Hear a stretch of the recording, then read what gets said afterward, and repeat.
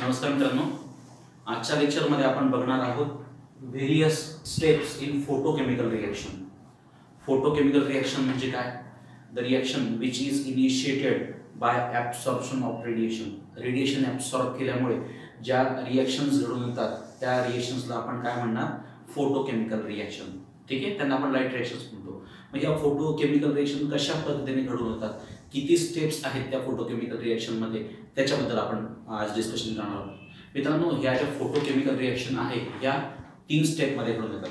पहिली जी स्टेप असते त्याला इनिशिएशन स्टेप म्हणजे रिएक्शनला सुरुवात करण्याची स्टेप. ठीक आहे. सेकंड आहे प्रोपॅगेटिंग स्टेप म्हणजे ती पुढे रिएक्शन पुढे कंटिन्यू सुरू ठेवण्याची. आणि शेवटची कुठली येतात?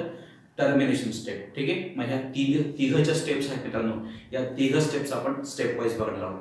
तर सुरुवातीला फोटोकेमिकल रिएक्शन घडून येण्यासाठी जी स्टेप आवश्यक असते त्या स्टेपला आपण म्हणतो इनिशिएशन स्टेप, इनिशिएटिंग स्टेप. ठीक आहे. हां, फोटोकेमिकल रिएक्शनची पहिली जी स्टेप आहे त्या स्टेपला आपण म्हणतो इनिशिएटिंग स्टेप. म्हणजे प्रारंभिक म्हणजे सुरुवातीची जी स्टेप आहे त्याला आपण म्हणतो इनिशिएटिंग स्टेप. म्हणजे या स्टेपमध्ये रिएक्शनला सुरुवात होते. या इनिशिएटिंग स्टेपमध्ये in this step primary processes occurs. या स्टेपमध्ये कोणत्या प्रोसेस घडून येतात? Primary process. काय होते या स्टेपमध्ये बघा. Here reactant absorbs light radiation and forms primary products like ions and radicals. या स्टेपमध्ये काय होतं मित्रांनो, जो आपला रिएक्टंट आहे, जे केमिकल रिएक्टंट्स आहेत ते लाईट रेडिएशन ॲब्सॉर्ब करतात आणि लाईट रेडिएशन ॲब्सॉर्ब करून त्यांचं डिकम्पोजिशन होऊन विघटन होऊन आपल्याला प्रायमरी प्रोडक्ट्स मिळतात. तर प्रायमरी प्रोडक्ट्स कोणत्या स्वरूपात असतील? एक तर ते आयन्स असतील किंवा रॅडिकल्स असतील. बरोबर. आता हे जे आयन्स किंवा रॅडिकल्स आहेत त्यांना आपण काय म्हणणार मित्रांनो? Primary products. प्रायमरी प्रोसेसमध्ये निर्माण झालेले जे प्रोडक्ट्स आहेत त्यांना आपण काय म्हणतो? Primary products. आता हे जे प्रायमरी प्रोडक्ट्स आहेत ते कसे? They are highly energetic. ते हायली एनर्जेटिक आहे. बघा, आपण एक्झाम्पल काय देत आहे. A2 चा हा एक मॉलिक्यूल आहे. A2 मॉलिक्यूलने Hν म्हणजे काय ऍब्सॉर्ब केलं आहे? लाईट रेडिएशन ऍब्सॉर्ब केलंय. लाईट रेडिएशन ऍब्सॉर्ब केल्यामुळे A2 मॉलिक्यूलचं डिकम्पोजिशन झालं, विघटन झालं आणि आपल्याला 2 A डॉट काय मिळाले आहेत? रॅडिकल्स मिळाले. आता हे जे फ्री रॅडिकल्स आहेत हे फ्री रॅडिकल्स कसे आहेत? हायली एनर्जेटिक आहे. आता प्रायमरी प्रोसेस किंवा प्रायमरी प्रोडक्ट्स कसे? हायली एनर्जेटिक आहेत. त्यामुळे ते पुढच्या प्रोसेस सुरू करतील. मग पुढच्या प्रोसेस ज्या स्टेपमध्ये घडून येतात मित्रांनो त्या स्टेपला म्हणतात प्रोपॅगेटिंग स्टेप. ठीक आहे. आता त्या स्टेपमध्ये काय होतं ते बघूया मित्रांनो. प्रायमरी स्टेपमध्ये काय म्हटलं आपण? रिएक्टंट मॉलिक्यूलने लाईट रेडिएशन ॲब्सॉर्ब केलं आणि त्याचं विघटन होऊन आपल्याला आयन्स किंवा रॅडिकल्स हे प्रायमरी प्रोडक्ट मिळाले.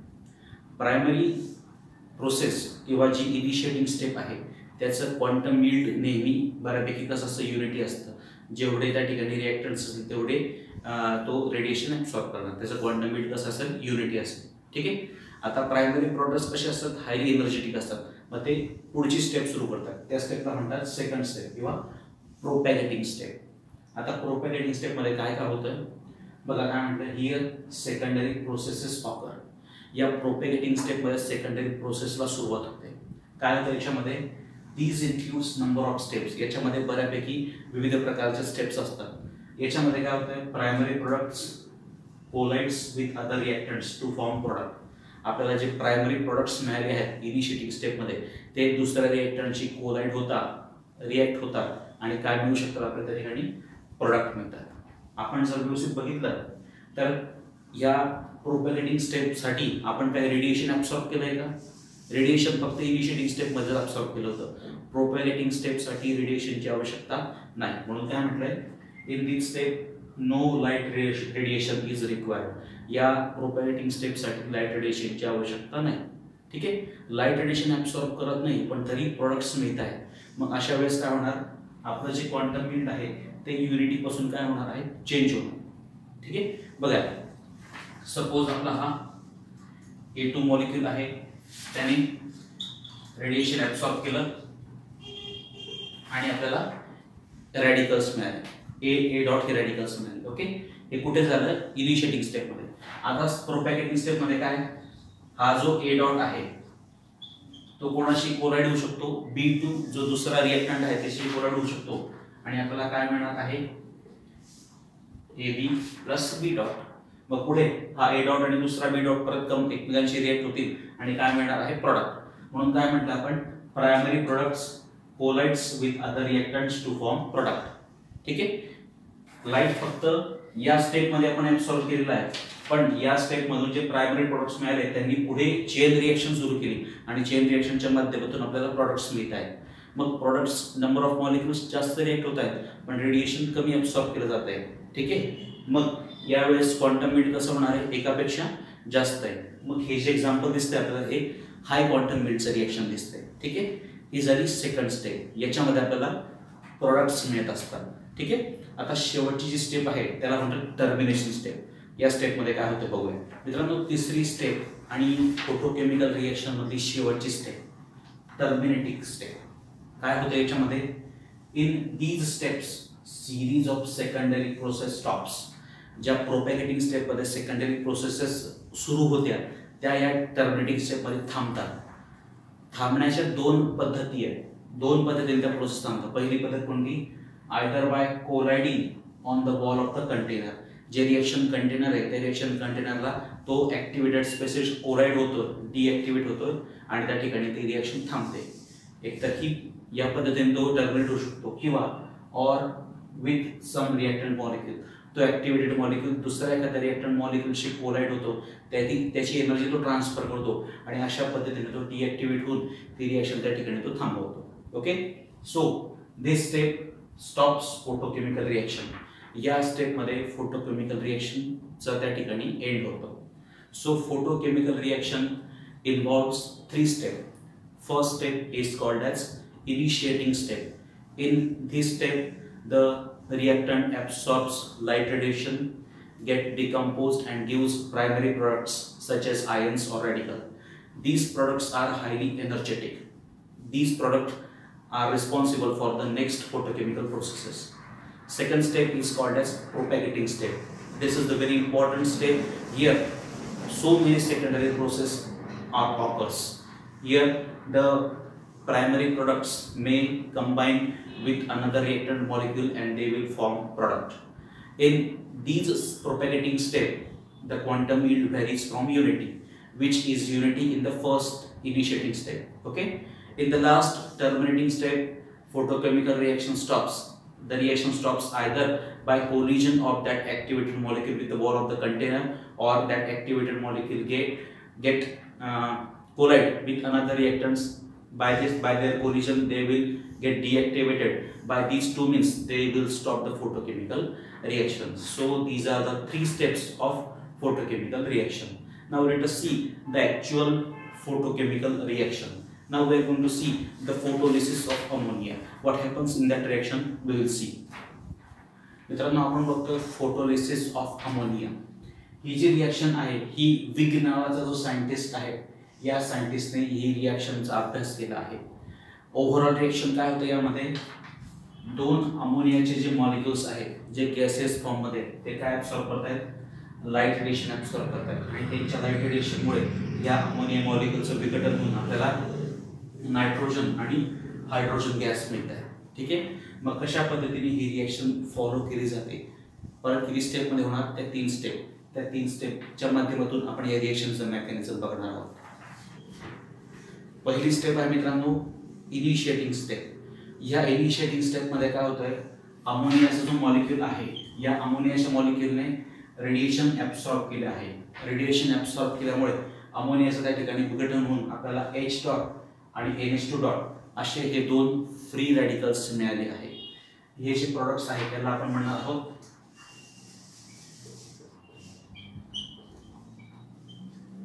हे कोणते प्रोडक्ट्स आहेत मित्रांनो? Primary products. हे प्रायमरी प्रोडक्ट्स कसे असतात? हायली एनर्जेटिक असतात.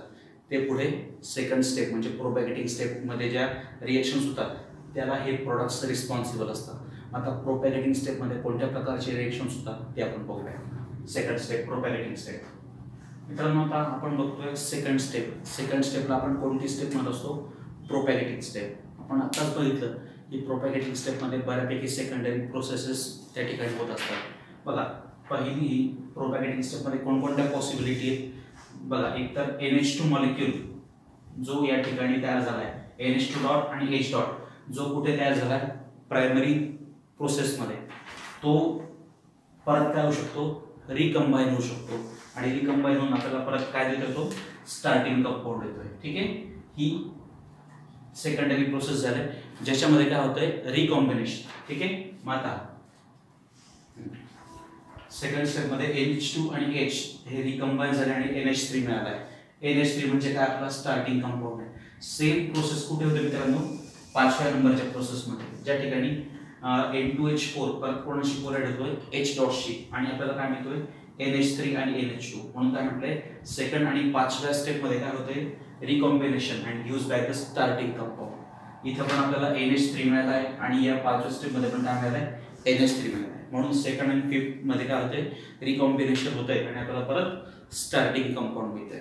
ठीक आहे, तिसऱ्या स्टेप मध्ये काय होतंय मित्रांनो, जो H डॉट इथे निर्माण झालेला आहे प्रायमरी प्रोसेस मध्ये, तो अजून एखाद्या दुसऱ्या H डॉटशी त्या ठिकाणी कोलॅइड होतो आणि आपल्याला काय मिळतंय, H2 मिळतोय. बरोबर.